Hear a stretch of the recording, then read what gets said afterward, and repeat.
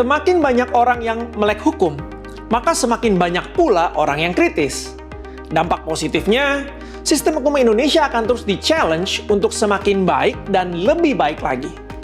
Nah, bergabung dalam program klinik hukum online adalah salah satu cara CAP Law Firm berkontribusi dalam berbagi pengetahuan dan mencerdaskan kehidupan bangsa.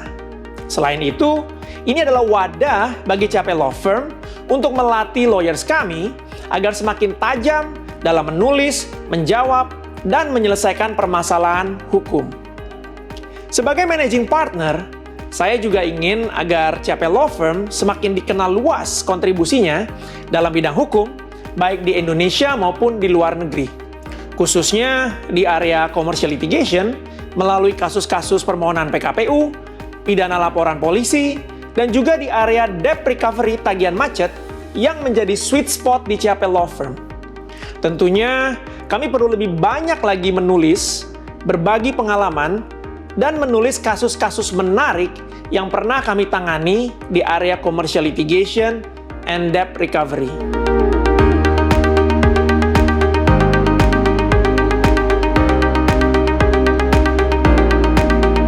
Setahu saya, cukup banyak law firm yang berkontribusi dalam edukasi hukum.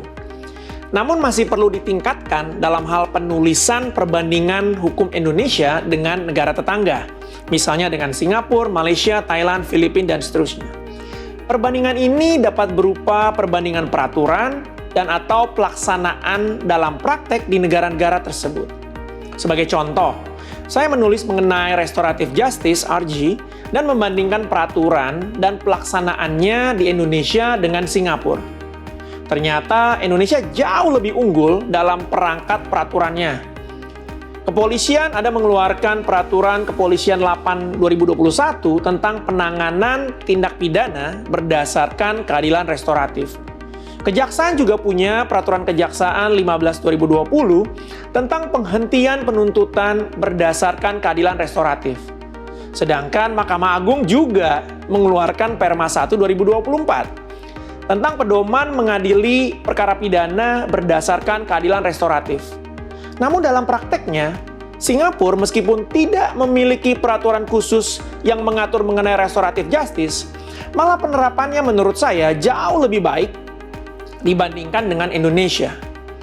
Di CAP Law Firm, kami mewajibkan associate lawyers untuk menulis artikel hukum dan membuat presentasi mengenai topik-topik hukum terkini yang menarik untuk dibahas secara berkala setiap 2 minggu.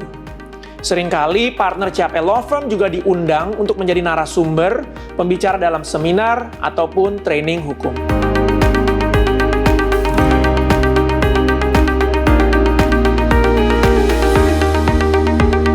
CAP Law Firm berupaya dalam setiap penulisan artikel hukum sedapat mungkin merupakan real case tanpa menyebutkan siapa para pihak dalam kasus dimaksud.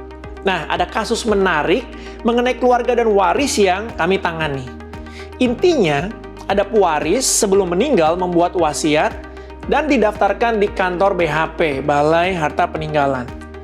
Nah, ketika BHP membuka wasiat tersebut, semua ahli waris diundang hadir. Ternyata, isi wasiatnya ada ahli waris yang tidak mendapatkan warisan. Kemudian ketika BHP mengundang lagi para ahli waris tersebut untuk menandatangani pembagian waris, untuk membuat surat keterangan hak waris, maka ahli waris yang tidak mendapatkan bagian, ya tentunya tidak mau hadir. Dan karenanya warisan tidak dapat dibagi dan wasiat menjadi tidak dapat dijalankan. Nah, ini menjadi masalah menarik yang perlu dicarikan jalan keluar secara hukum. Tentunya, dengan menjadi kontributor mitra klinik, selain untuk berbagi dan edukasi hukum, juga membuat associate lawyers di CAP Law Firm semakin tajam dalam menulis, menjawab, dan menjelaskan penyelesaian sebuah kasus hukum.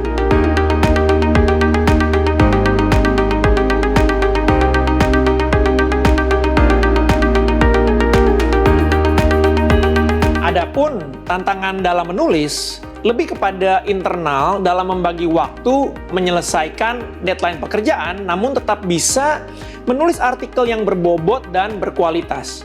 Untuk itu, Setiap pertanyaan yang perlu dijawab dalam klinik hukum online akan dibahas terlebih dahulu bersama dengan partners. Kemudian partners akan men-challenge setiap jawaban dan bertanya why. Kenapa kamu jawabnya demikian? Apa manfaat jawaban kamu bagi pembaca? Nah, proses ini akan berlangsung dan berulang kali revisi back and forth dengan partners sampai dengan menghasilkan jawaban terbaik dan tepat sasaran. Inilah cara kami untuk menjaga kualitas dan akurasi jawaban dalam klinik hukum online.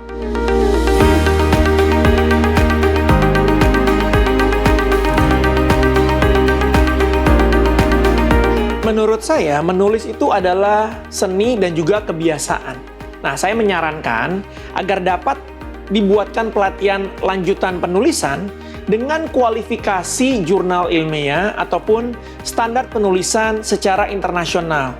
Tujuannya adalah supaya setiap karya tulis yang dipublikasi melalui hukum online memiliki kualitas dan standar yang dapat diakui bukan saja secara nasional, tapi juga enak dibaca dan diakui secara internasional.